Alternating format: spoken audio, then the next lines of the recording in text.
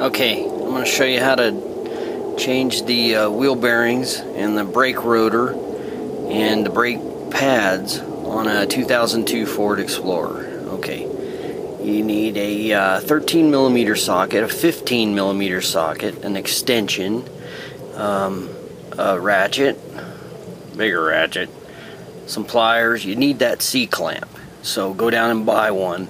It's a 4-incher, and you're going to need that. Some needle nose pliers. There's your brake parts cleaner, brake fluid, and that's some heavy duty high temp wheel bearing grease that you get at Walmart. Okay, and we're also going to have, this is the rotor.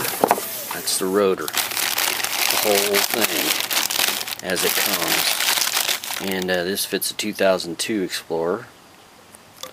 So here's what we do. Okay, next thing you want to do is you want to go right there and loosen up that cap for the brake fluid. Then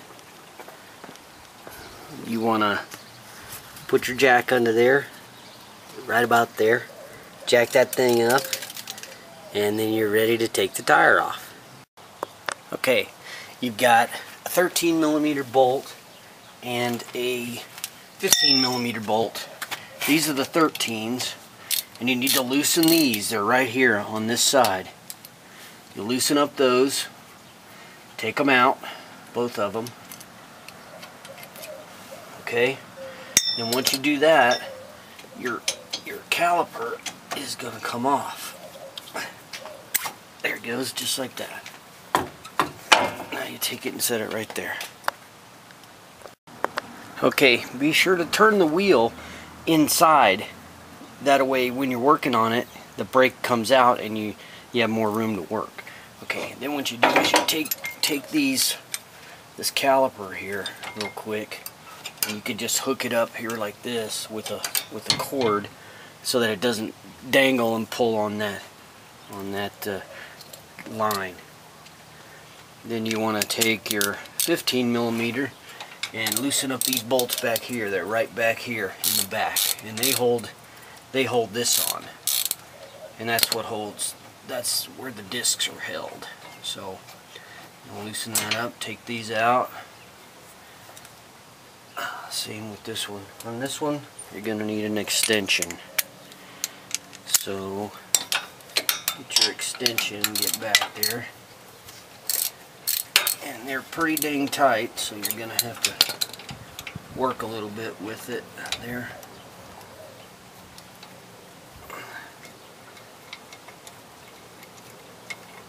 Okay, and then once you get that bolt out of here, this whole assembly comes off just like that. Okay, so just set it aside, because that's for later. Okay, next thing you want to do is remove this hubcap. Now this thing is kind of hard. I've loosened this one up already, but you get a big pair of water pumps like that, yank it off of there. You have to twist it and all kinds of good stuff. Then you grab yourself a pair of needle nose, straighten out that cotter pin, and you're going to want to pull that out. Now if you can't, just grab it with that, smack it with a wrench on the back, it'll come out. Okay, and then this comes right out. Set that on a rag or something. This is just finger tight. You don't need to crank that thing down. That's finger tight nut. Okay, so you're going to take this nut off. Set that down somewhere good. Okay, now the whole bearing and everything is going to come out of there. See the whole bearing. Okay, set that, and it has a washer on the back, so set it right just like that.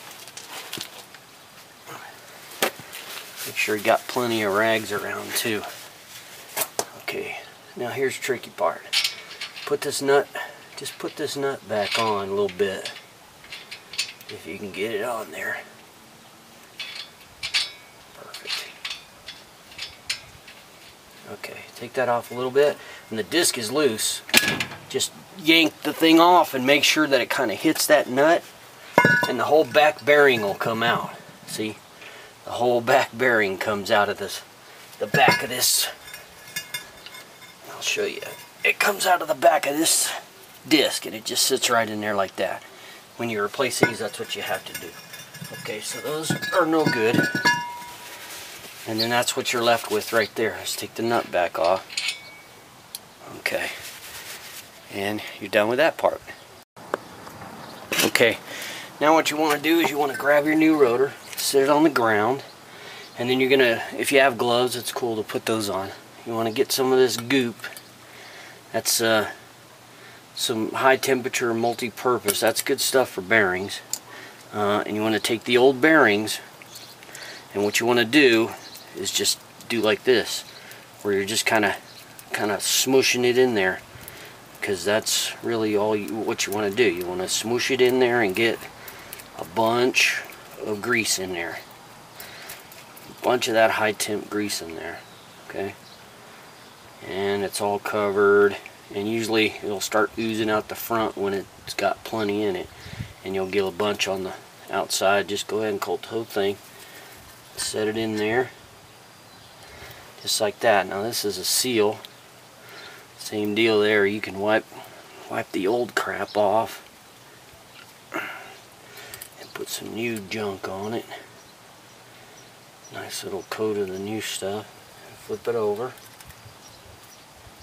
and just try to push it in, which it's going to be hard to fit in. Okay, now if you had gloves on, which was a nice thing, now you can just rip these gloves off and see your hands aren't all sick. And then what you want to do is take one of the old brake pads, lay across the top of this thing, and just smack it a few times. Make sure you use a brake pad and lay it across the top. So all you're doing is seating that bearing deal back on there. Okay? Alright. I'll just wipe that off a little bit. Perfect. Okay, now it just goes right back up on there like that. Nice and easy. Okay. Okay, now what you do, you're ready for the front bearing. So what you do is you take a little grease and slop it on that shaft on the inside, if you can. And you take a little more grease, and you're going to want to do that bearing just like you did the other one. Just like you did the other one, you're going to want to do that, okay? It helps if you have gloves on. You don't need to, and this stuff washes off, but it is kind of sticky. Okay, in case you're tender and you don't want to get dirty. Okay, now the bearing goes on like that. Wipe that excess off. That helps take a rag and just wipe this stuff off. Okay.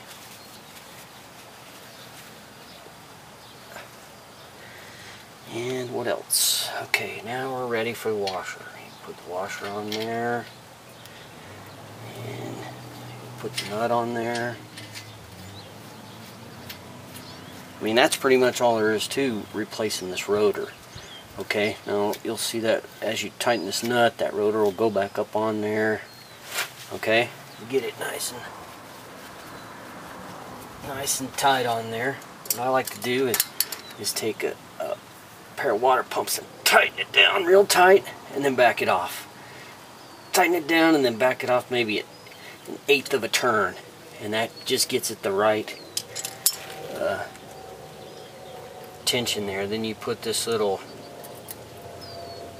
little star collar back on, and throw your pin back down in here. I'm going to grab that with your needle nose, bend it up. Okay, and pretty much you're done.